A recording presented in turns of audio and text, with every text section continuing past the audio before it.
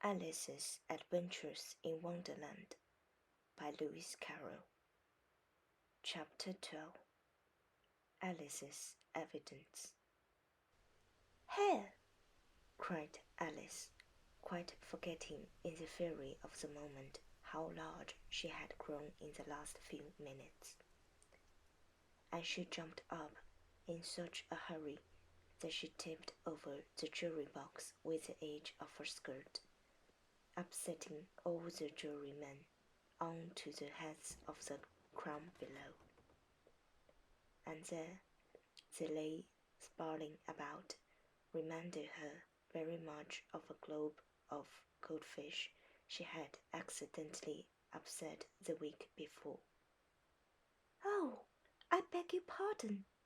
she exclaimed in a tone of great dismay, and began picking them up again as quickly as she could, for the accident of the goldfish kept running in her head, and she had a vague sort of idea that they must be collected at once and put back into the jury box, or they could die. "The trial cannot proceed," said the king in a very grave voice, "until all the jurymen are back in their proper places. All," he repeated with great emphasis, looking hard at Alice as he said so. Alice looked at the jury box and saw that, in her haste, that she had put the lizard in head downwards, and the poor little thing was waving its tail about in a melancholy way, being quite unable to move. She soon got it out again and put it right. "Now that it signifies much," she said to herself. "I should think it will be quite as much use in the trial one way up as the other."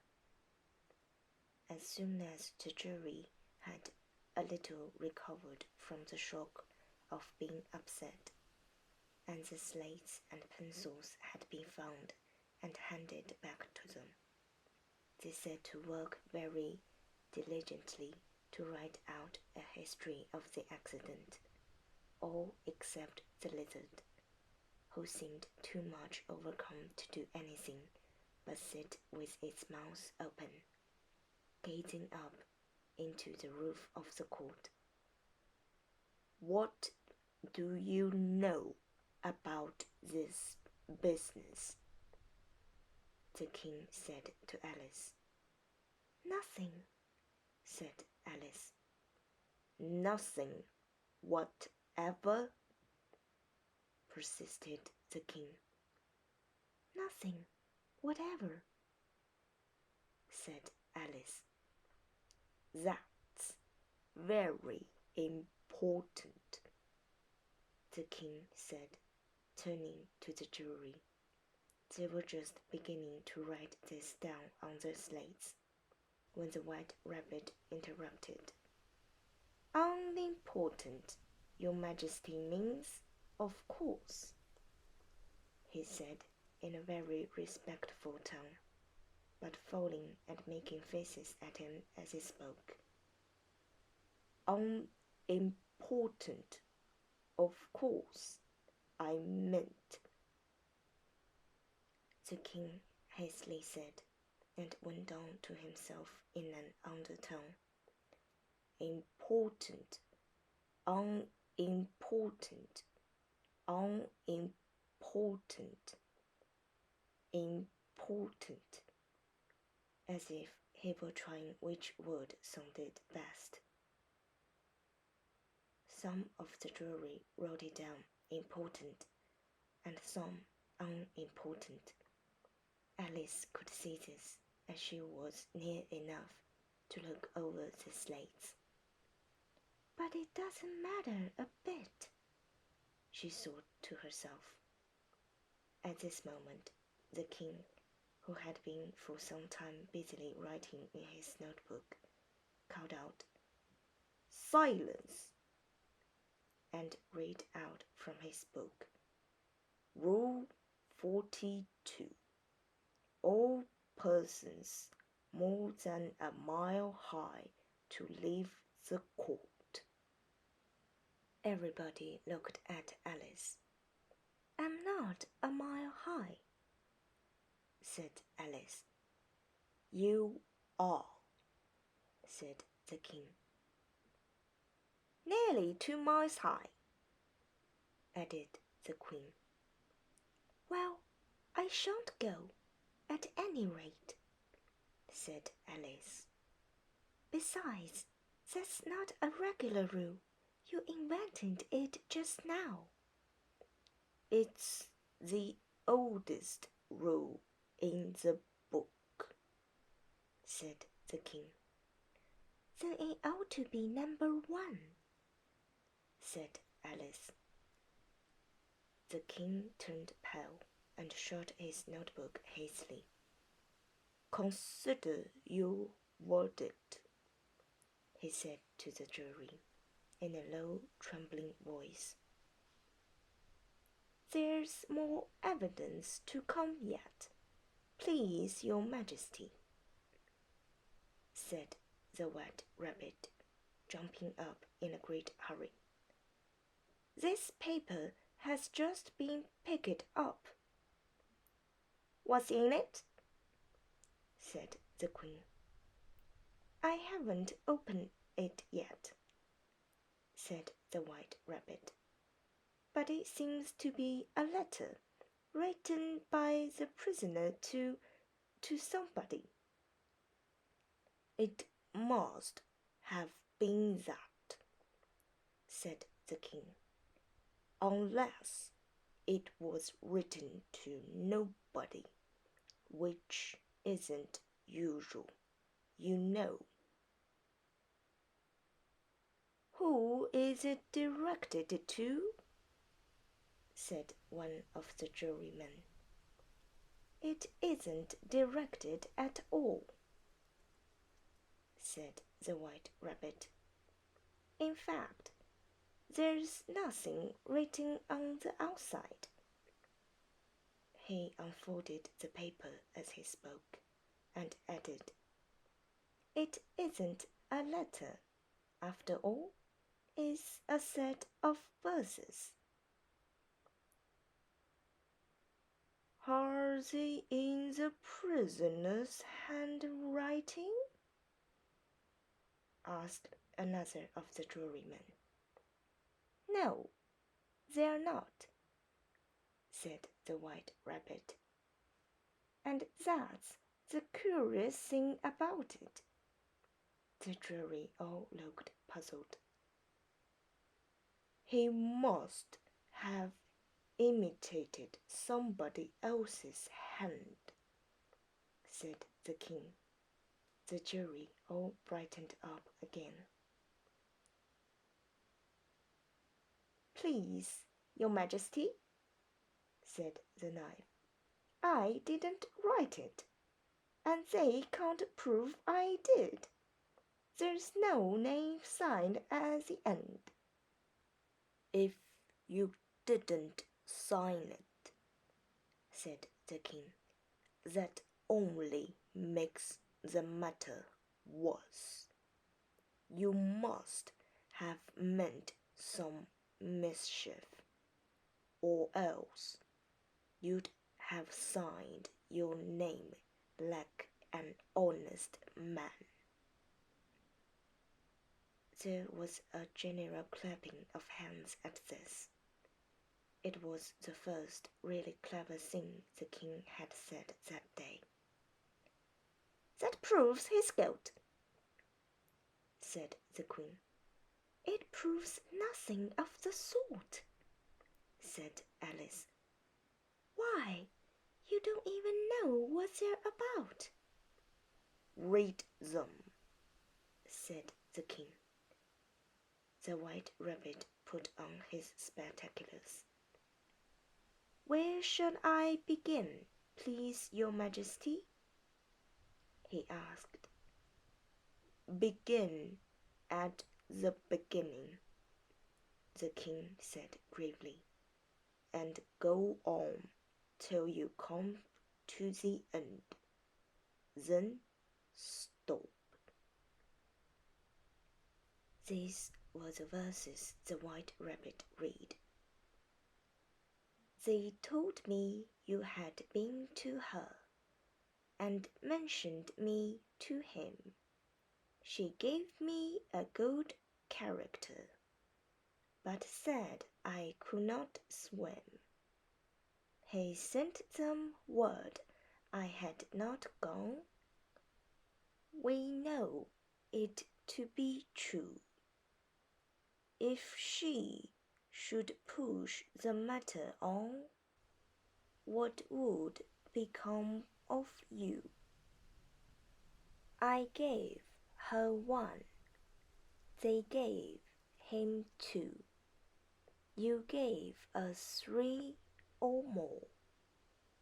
They all returned from him to you, though they were mine before. If I or she should chance to be involved in this affair, he trusts to you to set them free, exactly as we were. My notion was that you had been, before she had this fit, an obstacle that come between him and ourselves and it. Don't let him know she liked them best, for this must ever be a secret kept from all the rest, between yourself and me. That's the most important piece of evidence we've heard yet," said the king, rubbing his hands. "So now let the jury—" "If any one of them can explain it," said Alice. She had grown so large in the last few minutes that she wasn't a bit afraid of interrupting him. "I'll give him 6pence. I don't believe there's an atom of meaning in it." The jury all wrote down on the slates, "She doesn't believe there's an atom of meaning in it." But none of them attempted to explain the paper. "If there's no meaning in it," said the king, "that saves a world of trouble, you know, as we needn't try to find any. And yet I don't know," he went on, spreading out the verses of his knee and looking at them with one eye. "I seem to see some meaning in them, after all. Said I could not swim. You can't swim, can you?" he added, turning to the knife. The knife shook his head sadly. "Do I look like it?" he said, which he certainly did not, being made entirely of cardboard. "All right, so far," said the king, and he went on muttering over the verses to himself. "We know it to be true. That's the jury, of course.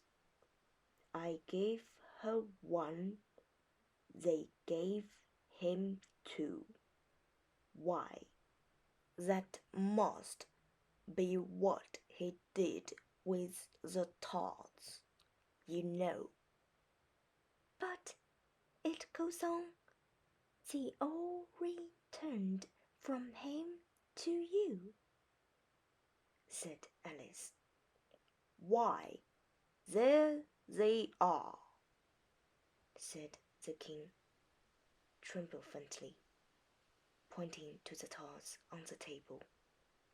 Nothing can be clearer than that. Then again, before she had this fit, you never had fits, my dear, I think, he said to the queen. Never, said the queen furiously, throwing an inkstand at the lizard as she spoke. The unfortunate little beau had left out writing on his slate with one finger, as he found it make no mark, but he now hastily began again, using the ink that was trickling down his face, as long as it lasted. Then the words don't fit you, said the king, looking round the court with a smile. There was a dead silence. It's a pun, the king added in an offended tone, and everybody laughed. Let the jury consider their verdict, the king said, for about the 20th time that day. No, no, said the queen. Sentence first, verdict afterwards. Stuff and nonsense, said Alice loudly. The idea of having the sentence first. Hold your tongue, said the queen, turning purple. I won't, said Alice. Off with her head, the queen shouted at the top of her voice. Nobody moved. Who cares for you? said Alice. She had grown to her full size by this time. You're nothing but a pack of cards.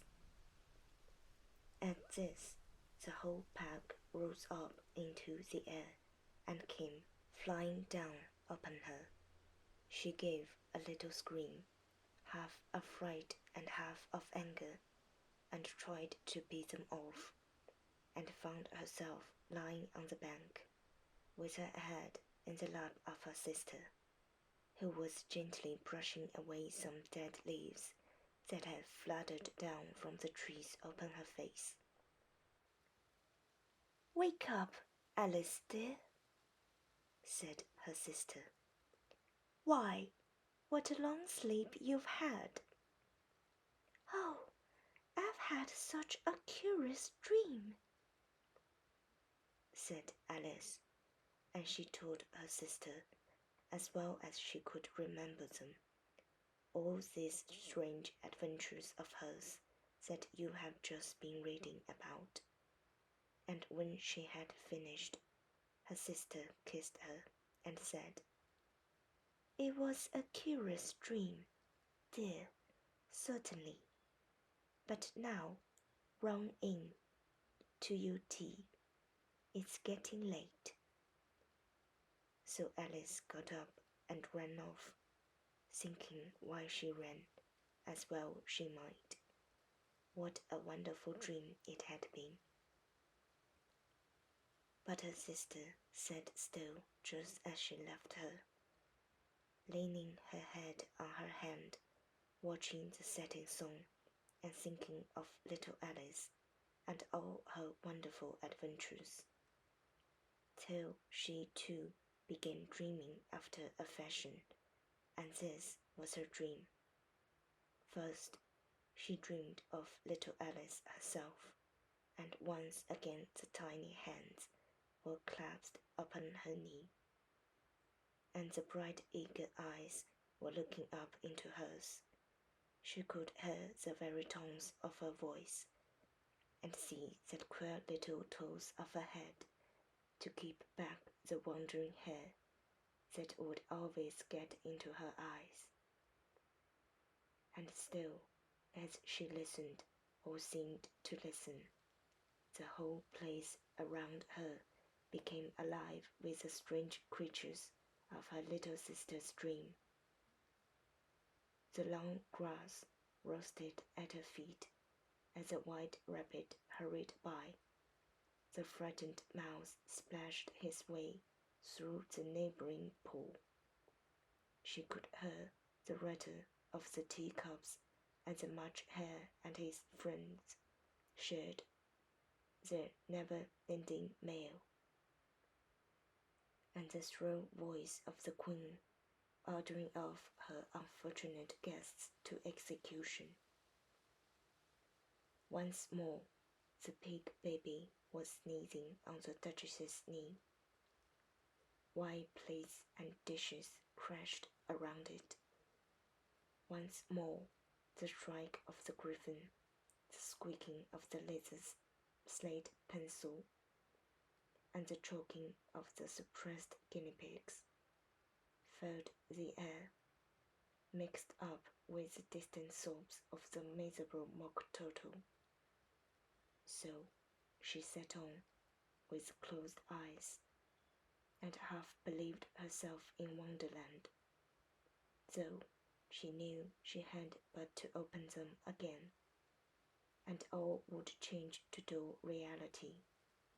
The grass would be only rustling in the wind, and the pool rippling to the waving of the reeds. The rattling teacups would change to tinkling sheep bells, and the Queen's shrill cries to the voice of the shepherd's boy, and the sneeze of the baby, the strike of the griffin, and all the other queer noises would change, she knew, to the confused clamors of the busy farmyard, while the lowing of the cattle in the distance would take the place of the mock turtle's heavy sobs. Lastly, she pictured to herself how this same little sister of hers would, in the aftertime, be herself a grown woman, and how she would keep, through all her rebel years, the simple and loving heart of her childhood, and how she would gather about her other little children, and make their eyes bright and eager with many a strange tale, perhaps even with the dream of Wonderland of long ago, and how she would feel with all the simple sorrows, and find a pleasure in all the simple joys, remembering her own child life and the happy summer days.